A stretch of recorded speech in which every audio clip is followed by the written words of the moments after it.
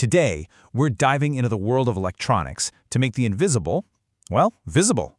We're going to prove with our own eyes how a tiny little component called a PN junction diode acts like a super strict one-way street for electricity. Let's see how it lays down the law. I mean, that's the real question, isn't it? We're surrounded by all this amazing tech, but it all runs on these fundamental principles that you just can't see. So think of this experiment as our magnifying glass, our way of peeking behind the curtain to see one of the most basic rules in the entire world of electronics. And this is our star of the show, the PN junction diode. At its heart, it's just two different types of semiconductor materials, a P-type and an N-type, stuck together. But that simple little junction gives it a superpower. It lets electric current flow through one way, no problem. But it slams the door shut if it tries to go the other way. So here's the game plan. We'll start with our experiment setup. Then, we'll test the diode in two ways. First is forward bias, that's our green light. Then we'll try reverse bias, our red light. After we have our data, we'll plot it all out to draw the diode's character curve and really see what it's made of. All right, let's get down to business and assemble our toolkit. To actually see this one-way street in action, we need to build a circuit that lets us carefully control the voltage, the electrical push, and then measure exactly what the current does in response.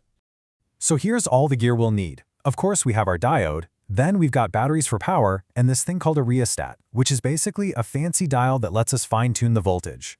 Then come our measuring tools, voltmeters for the pressure and ammeters for the flow.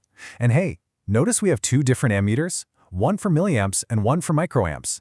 That's a huge clue right there that we're expecting wildly different results from our two tests. This right here is the heart of the experiment. We have two ways to hook this thing up. Forward bias is when we connect the battery's positive side to the diode's P section. This is supposed to open the gate, right? It lowers the resistance and lets the current flow. Reverse bias is the exact opposite. We flip the battery. This should slam that gate shut, cranking the resistance way up. This contrast is exactly what we're here to prove. First up, forward bias. We're connecting the diode the right way. We're basically asking it nicely if current can pass through. We're expecting a big green light, so let's see what happens. Now, the process here has to be really precise. We're going to use our rheostat to slowly, gently turn up the voltage little by little. And at every single step, we're going to carefully measure the current that makes it through. This is going to show us exactly how the diode wakes up as we give it more of a push. And this is where we jot down all the evidence. For every little bit of voltage we put in, we write down the current we get out. This table of raw data might not look like much now, but it's the foundation for everything we're about to discover. Okay, time to flip the script. We're now testing reverse bias. This time, we're trying to shove current down that one-way street in the completely wrong direction. We're expecting a big fat red light. Let's see just how strong this diode's defenses are.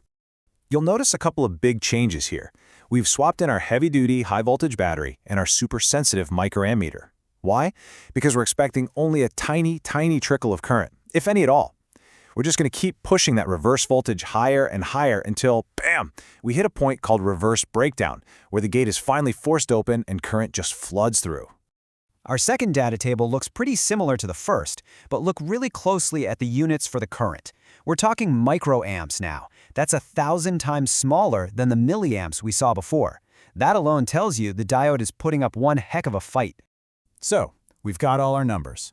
But a bunch of numbers in a table, they don't really tell a story. To truly understand what the diode is doing, we need to turn that data into a picture. We need to visualize it. So, here's what we'll do.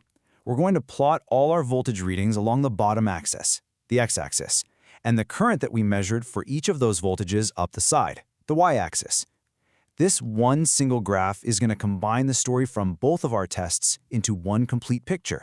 And what we get has a special name. It's called the IV, or current voltage characteristic curve. You should think of this curve as the diode's unique fingerprint. Every electronic component has its own signature curve, and this shape tells us absolutely everything about how it behaves. So, after all that work, what does this picture, this curve, actually tell us? This is the moment of truth. Let's see how our graph answers that big question we started with. Now this comparison says it all. On the left, you see the graph for a plain old resistor. It's just a straight line. It's predictable, it follows Ohm's law perfectly. Boring. But look at our diode's curve on the right. It's wild. It's nonlinear. And that crazy shape is proof that this is a special component that plays by a completely different set of rules. This behavior actually has a name. It's called non-ohmic. And all that means is that the diode's resistance isn't some fixed number. It changes depending on how much voltage you apply and in which direction. And that is the secret to its one-way street magic. Let's break this thing down. In the forward direction, look. Almost nothing happens. The current is basically zero. And then it hits this magic point, the threshold voltage, and whoosh!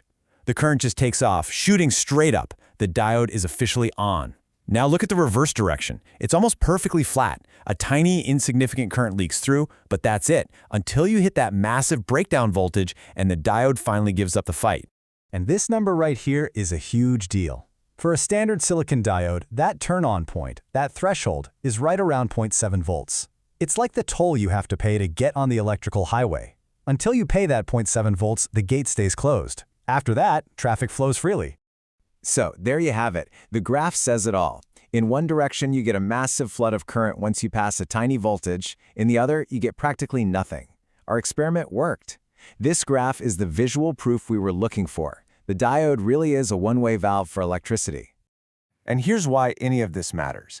This simple idea, this tiny electronic one-way street, is one of the absolute cornerstones of all modern electronics.